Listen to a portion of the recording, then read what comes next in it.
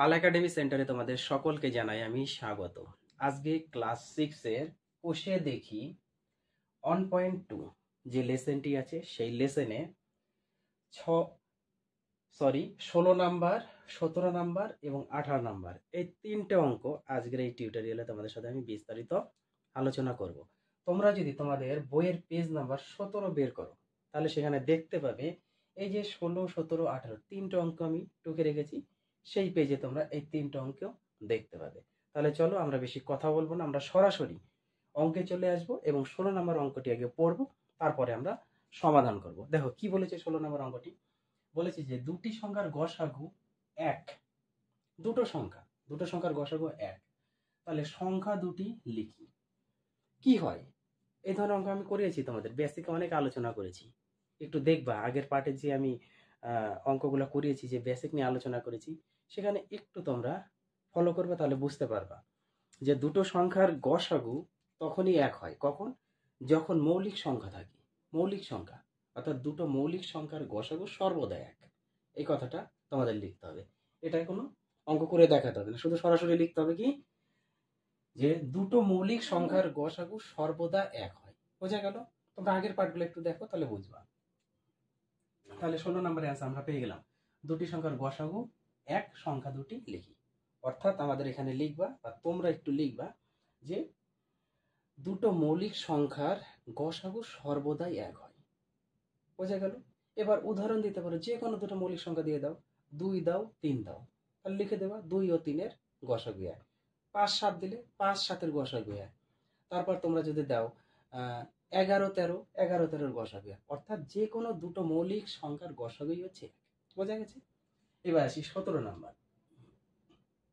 বলেছে 48টি রসগোল্লা 48, 48টি রসগোল্লা ও 64টি সন্দেশ। এখানে আমার টয়রো সেটা একটু ছুটে গেছে, তবু আমি বলে দিলাম।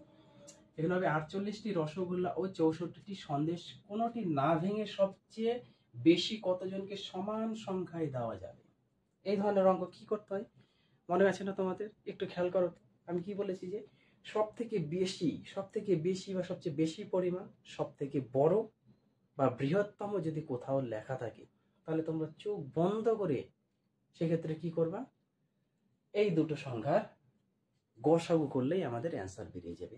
যেহেতু বলেছে 48টি রসগোল্লা ও 64টি সন্দেশ কোনোটি না ভেঙে সবচেয়ে বেশি, এই যে সবচেয়ে বেশি কথাটা যেহেতু মেনশন করে দিয়েছে, সব থেকে বেশি পরিমাণে, সবচেয়ে বেশি কথার অর্থ ওই দুটো সংখ্যার আমাদের গসাগু বার করতে।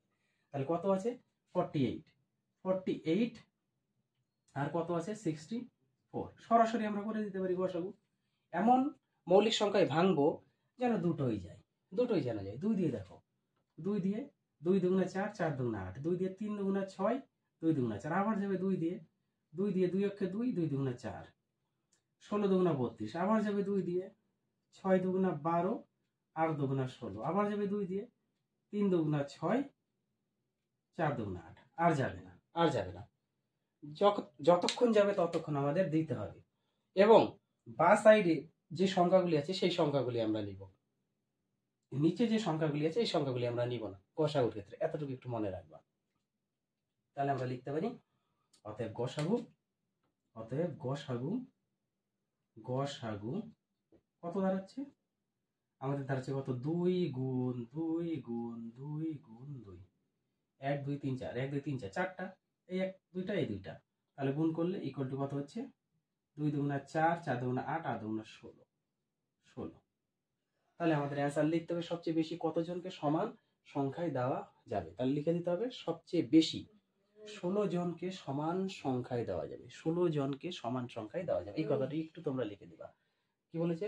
সবচেয়ে বেশি কতজনকে সমান সংখ্যায় দেওয়া যাবে। তাহলে সবচেয়ে বেশি 16 জনকে সমান সংখ্যায় দেওয়া যাবে। কতগুলা? এই 48 এবং 64টি যে রসগোল্লার সন্দেশ ছিল, এই দুটা 16 জনকে সমান সংখ্যায় দেওয়া যাবে। বোঝা গেছে? তাহলে সবচেয়ে বড় বা বৃহত্তম থাকলে আমরা গসাগু বার করব। এবার আসি আমরা 18 নাম্বার।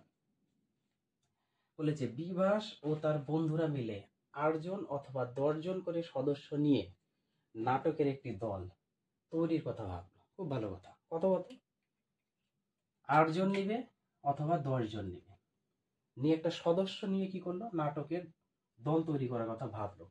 এবার বলছে কমপক্ষে কতজন থাকলে উভয় প্রকার দল তৈরি করতে পারে। কমপক্ষে কথার অর্থ কি?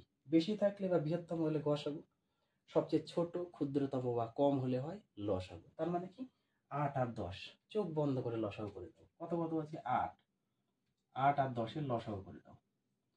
2 দিয়ে 4 দুগুণা 8, 5 দুগুণা 10, আর যাবে না, অতএব লসাগু কত দাঁড়াচ্ছে? 2 গুণ 4 গুণ 5 গুণ করলে 4 দুগুণা 8, 8-এর সাথে 5 গুণ করলে 5 8 40, 5 8 40। তাহলে 40 যেহেতু লসাগু, তাহলে আমাদের কি লিখে দিতে হবে? কমপক্ষে কতজন থাকলে উভয় প্রকার দল তৈরি করতে পারবে।